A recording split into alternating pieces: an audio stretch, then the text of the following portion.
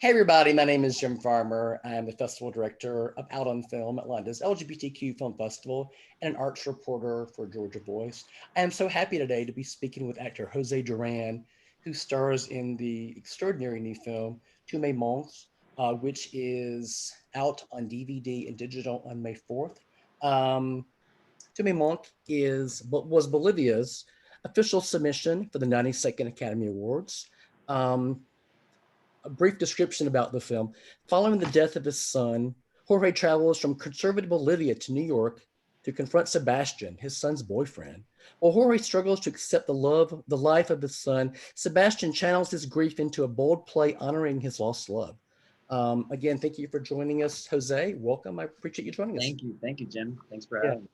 How did you now tell us a little bit about how you became involved with this project? Um, Actually, this was my first project, my first big project right out of acting school. Okay. Yeah. It was. I had moved to New York to study acting. I went to like a 2-year program, Yeah. and right out of acting school, like maybe like 2 months out of acting school, I got this audition.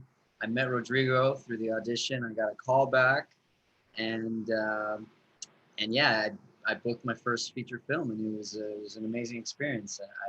Rodrigo's from Bolivia. I'm from Bolivia. I was born in Bolivia, but I grew up in the United States. I moved when I was 8 years old to Miami. Grew up in Miami, but I still have most of my family in Bolivia.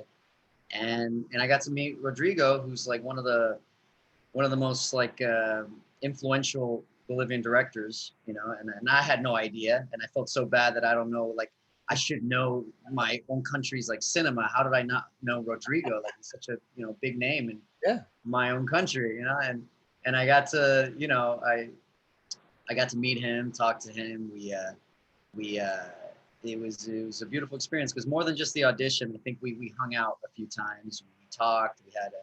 We had lunch. We had conversations about the character, and like I mean that's always like a beautiful way to go through an audition because sometimes, I mean, 80%, 90% of the time you walk in, you have like 2 minutes to do the scene and that's it. But I really got to know him and know because this is a very personal story Sure. for him, Sure. and so he got to tell me a lot, about it. We got to talk about it and talk about the character, and yeah, that's how I got involved. It was Sure. The director is Rodrigo Bayot, and as you mentioned, this is very personal material for the yeah, director. Can you talk a little bit about how personal this and meaningful this is to him? yeah. I mean, he went through a very similar experience as the character Sebastian Sure. in the film. He also lost somebody very close to him in a similar way, in like portrayed in the film. And I mean, Rodrigo grew up as a gay man in Bolivia Mhm. who I mean, it's a country at this point that's still very very conservative, Sure. and of course it's it's not easy, and I feel like we still lack a lot of representation in the country, especially for the LGBT community. Sure. So, I mean, the fact that Rodrigo would put such a personal film uh, out in not just all over Bolivia, but all over the world, but like in Bolivia specifically, it's just such an important film because Exactly. I think it's probably one of the first LGBT films to to play all over the country and to be nominated for to be the submission for best international feature film. So yeah, no, it was an honor to be a part of it, definitely.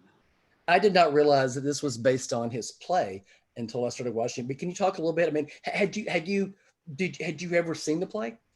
I saw the play, yeah. In Okay. preparing for the character, once I booked the role, he sent me a recording of the play, Okay. and it was beautiful, powerful. Just the way you see it in the film, that's that's kind of how it was. It's very well depicted in the film. Very powerful play. I wasn't involved in it, but three of the actors actually in the film, had done the play with Rodrigo in Bolivia. It's Sebastian Fernando Barbosa, the main Okay. character. Yeah, he was the main guy in the play. Okay. So this is something they've been working on, something Rodrigo's been working on for many years now. So this is like, I guess like 8 years in the making. This film, like, or 10 years in the making, because I know he'd been writing it for a while, Sure. um, and developing it. And so yeah, it's a big passion project of his. And again, like I said, a very personal story. So it's beautiful to see it on the big screen now. It's amazing. How do you think that he was able to successfully adapt the play into a film? It's such a, I mean, it's such a great film. But were there many changes from the play to the film? Yeah, I think in the play, it's just it was basically the play is a Zoom call Mm-hmm. that the main character Sebastian has with the father, Gabriel's father, and then he decided to expand it with the feature film. And I guess he asked like himself, like, okay, what if Gabriel's father went to visit Sebastian in New York, Sure. and what would happen then? Because I think the play is just this conversation they have through Zoom, Mm-hmm. and it gets heated after. It's like a heated discussion they have through Zoom, and then like he's able to like understand like his point of view, and Gabriel, and where Gabriel was coming from, gets to know a little bit more about his son. But in the feature, he expanded it a little bit. I was like, okay, like what if the father goes and visits, Sebastian in New York, and is able to, I guess, get a glimpse of Gabriel's other life, Sure. How and would try to you, understand him. Yeah.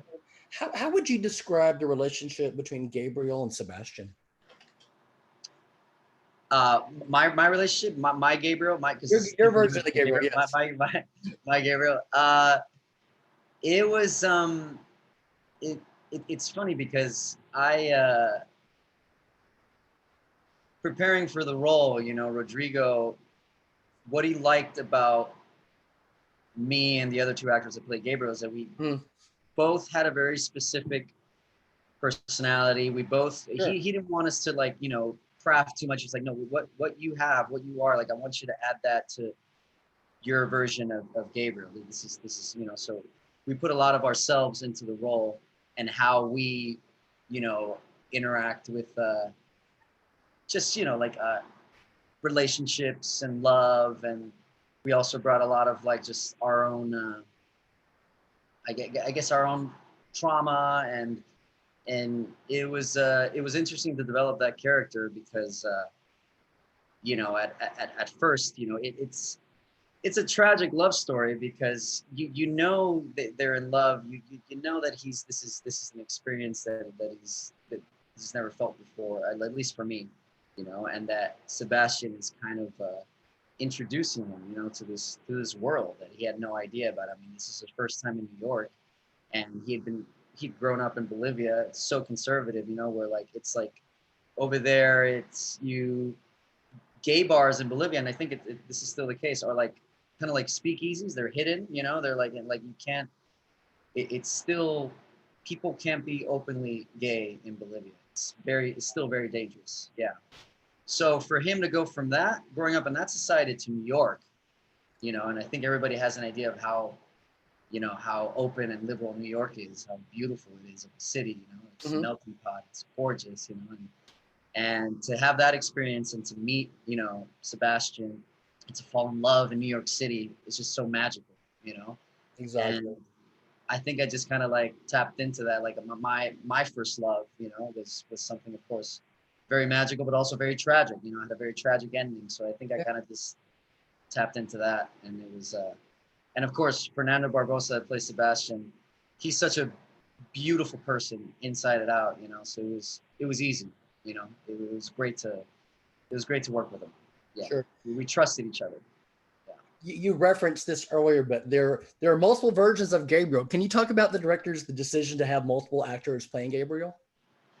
I think one of the reasons he decided to do that was because when you lose somebody, it's almost like he didn't want to have just one actor play this person, because he didn't think it would do it justice, you know, because like sometimes, like let's say like I lost my grandma about 4 years ago, Mhm. and it's interesting because I see her, and I don't know if this is gonna make sense, but I see her in different people. You know what I mean? Like if I see a gesture, like I'll see a person that like that they have this gesture about them that reminds me of my grandma, or then I'll see this other person like, oh, her hair is just like how she used to wear her hair. You know what I mean? So it's almost like I think it was that concept of like, you know, like there's Gabriel's, that the idea of Gabriel is everywhere, and also because I think he wanted to represent the community, you know, in Bolivia and all over the world, you know, and I guess it was also like a form of like representing like, okay, we're all Gabriel. We all experience through the, you know, we've, especially growing up in Bolivia, you know, it was a great form of representation for people to feel represented on screen. Like, oh wow, it's, Sure. it's me. I could relate to one of the Gabriels. Okay. That's me, you know.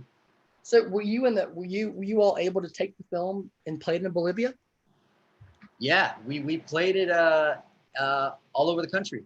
Yeah, it was we had I think it was about a month or 2 months that there was on playing in all the theaters. You know, all over all the cities in Bolivia. It was I didn't get to go, unfortunately. I wasn't there for the premiere, but it was all my family went. My grandma, my family, my aunts, cousins. It was yeah, it was a surreal moment, and a great opportunity for this movie to be seen all over the country. I feel like people needed to watch this film. You know. That's amazing. So I know that you are an actor based in New York. I mean, like all of us, you've been dealing with the pandemic for the last year, but from what I read soon, Broadway's opening soon. And I mean, so talk a little bit about the stage work coming back, and what's it been like the last year dealing with all this? Oh man, like we spoke about this earlier, it's been a lot of Zoom plays. Yeah, I've been doing a lot of work through Zoom. You know, trying to write. I've been writing a lot. You know, got to stay active. You got to stay creative, sure. and I feel like now that everything, the possibility, everything opening up is just going to be. I mean, we've been locked up for so long. I feel like we all artists that have gone through this pandemic are going to have just so many ideas, so much energy going into this. Like I don't know how it's going to look, but I mean, I'm hoping that we all get to, you know, really explore all these ideas that we've been kind of cooking up during quarantine. You know, like I know I've got like 3 scripts that I wrote that I'm just ready to like, all right, let's shoot this. Like I'm ready. Let's go. You know. Yeah. So yeah, no, I'm excited. Oh, Definitely great, excited. great. Me Manques hits DVD and digital May 4th. It is extraordinary. Jose, thank you so much for this film. Thanks for joining us today, Thank and you, Jim. everything works out in New York for the rest of the year. Yeah, thank you so much. This was fun. Thanks so Thanks. much. Take care.